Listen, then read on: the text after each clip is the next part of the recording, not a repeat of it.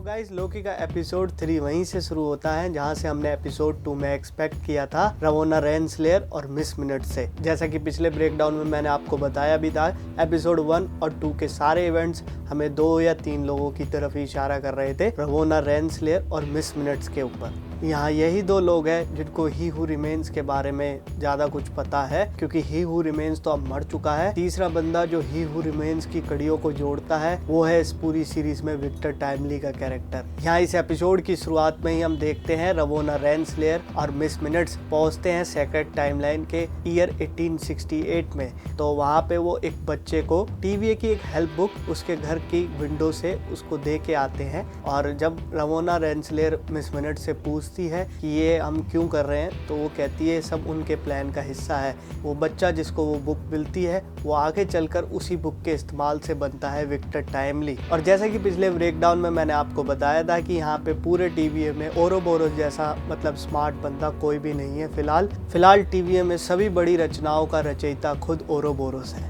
Episode 3 मेरा अब तक का सबसे बेस्ट एपिसोड रहा है, और यकीनन ये शो यार एपिसोड वाइज काफ़ी इंटरेस्टिंग होता जा रहा है। यहाँ पे हम आधा सीजन देख चुके हैं, लेकिन अभी भी नहीं लग रहा कि हमने कुछ देखा है, और यहाँ भी 3 एपिसोड आना और बाकी है। और मैं यार उम्मीद करता हूँ इस सीरीज की एंडिंग सीक्रेट इन्वेजन जैसी ना हो। यहाँ इस शो का शुरू में टाइटल एपिसोड 9 के नाम से शो हो रहा था, जो मुझे और आप सबको भी काफ़ी मतलब हैरान कर रहा होगा। अब ऑफिशियली आप इसको अगर चेक करोगे तो ये अब 1893 के नाम से ही शो हो रहा है। यहाँ पिछले ब्रेकडाउन में मैंने एक बात बोली थी कि यहाँ पे सिल्वी का अब टीवीए से कोई लेना देना नहीं है, और दोस्तों शायद मैं गलत था। यहाँ सिल्वी का टीवीए से बहुत कुछ लेना देना है। इस एपिसोड की जिस तरह से शुरुआत होती है वो चीज़ें हमें काफ़ी क्यूरियस कर देती है कि जानने के लिए कि आगे क्या होने वाला है, आखिर इन सब चीज़ों से अल्टीमेटली किसको फ़ायदा होने वाला है, और इन सब घटनाओं के पीछे किसका क्या बड़ा मोटिव है। इस पूरे एपिसोड में रवोना और मिस मिनट साथ थी,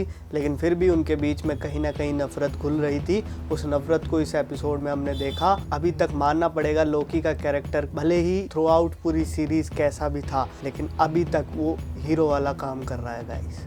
और यहाँ हम देखते हैं विक्टर टाइमली का कैरेक्टर भी मिस मिनट के झांसे में फंसता जा रहा था। यहाँ ही हू रिमेन्स के कैरेक्टर की तरह मिस मिनट्स के कैरेक्टर में भी वो ही डेप्थ है। यहाँ वो जितना दिखती है वो उससे कई गुना बढ़कर काम कर सकती है गाइस। इस एपिसोड में आपने देख ही लिया होगा कि कैसे एक एआई का सेल्फ रीप्रोग्रामिंग मोड कितना खतरनाक हो सकता है हम सब के लिए। इस एपिसोड में सबसे ज़्यादा कोई अटेंशन सीख करता है तो वह विक्टर टाइमली का कैरेक्टर। उसके वो अटपटे आविष्कार, उसकी वो बातें, उसका वो हकलाना, ये सब चीज़ें उसको अलग करती है ही हू रिमेन्स के कैरेक्टर से। जैसा कि हम सब अब जानते हैं, उसको अपने अब दोनों रूपों के बारे में पता चल चुका है। वो जानता है कि वो कौन है। एपिसोड के अंत में वो सिल्वी की मदद से वहाँ पहुँच भी चुका है जहाँ से उसने ये सब शुरू किया था। लेकिन फिर भी विक्टर टाइमली का कैरेक्टर कैंग के दूसरे वेरिएंट जैसा नहीं है। लेकिन उसके ग्रीड वाले पार्ट को हम सब अच्छी तरह से इस एपिसोड में देख सकते हैं। पैसों और अपनी आराम परस्ती के लिए किसी भी हद तक गिर सकता है। तो अब फिर से ये देखना इंटरेस्टिंग होगा कि ही हू रिमेन्स का ही एक वेरिएंट विक्टर टाइमली वापस से टीवीए में पहुंचकर क्या करता है। यहाँ ये सब ही हू रिमेन्स की डेथ से शुरू हुआ,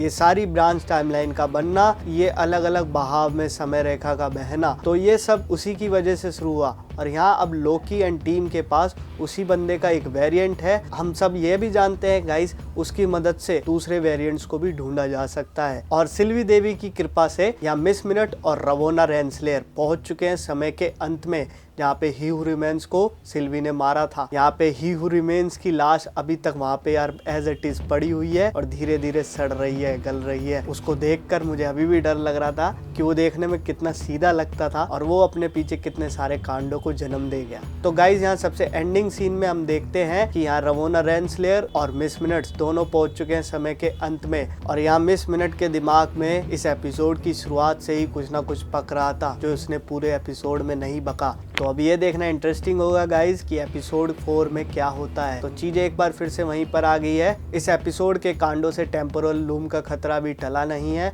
वो अभी भी फटने को है। तो अब एपिसोड 4 में देखना होगा कि क्या विक्टर टाइमली यानी ही हू रिमेन्स का वो वेरिएंट इस सब चीज को रोक पाता है या आगे क्या होता है। तो गाइज आप कमेंट बॉक्स में जरूर बताइएगा आपको ये एपिसोड कैसा लगा। मिलते हैं आप सभी से नेक्स्ट वीडियो में। Bye bye and take care guys.